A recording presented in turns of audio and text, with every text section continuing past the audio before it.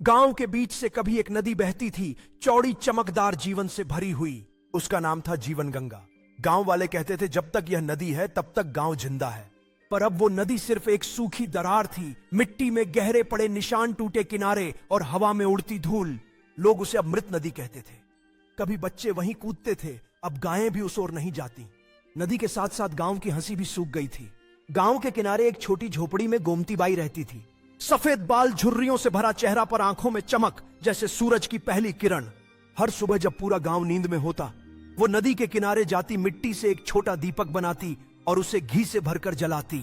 लोग हंसते थे, अरे भाई ये क्या करती हो, अब यहाँ पानी नहीं सिर्फ धूल है। वो मुस्कुराती और कहती, नदी सूखी है पर मेरी श्रद्धा नहीं। हर दिन हर मौसम वो दीप जलता रहा सालों तक। सूखा और निराशा बारिशें कई सालों से गायब थी। आसमान जैसे गांव से रूठ गया था। कुएं सूख गए, खेतों में दरारें पड़ गईं। लोग अपने घर छोड़कर शहरों की ओर जाने लगे।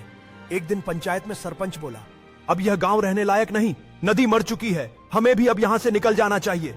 पर गोमती बाई बोली, नदी नहीं मरी, बस सोई है। भगवान चाहे तो एक बूंद में भी सागर बहा दे। सबने ताना मारा, बाई तेरी उम्र हो गई है, अब सपनों से काम नहीं चलेगा। वो चुप रही। बस उसी रात उसने नदी किनारे एक और दीपक जलाया।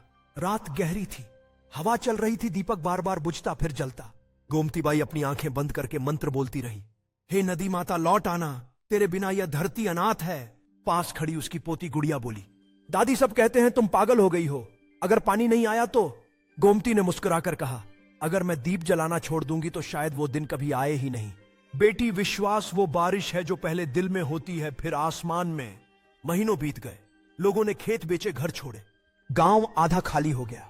जो बचे थे उनमें भी थकान थी। किसी को अब न आसमान से उम्मीद थी न धरती से। एक दिन मंदिर के पुजारी ने गोमती से कहा, भाई भगवान भी शायद थक गया है, तुम हर दिन दिया जलाती हो पर कुछ नहीं बदलता। गोमती बोली, पर शायद भगवान देख रहा है कि कौन थका नहीं। बदलाव की शुरुआत। एक सुबह हवा में कुछ अलग था। बादल दूर आसमान में धीरे धीरे इकट्ठे हो रहे थे।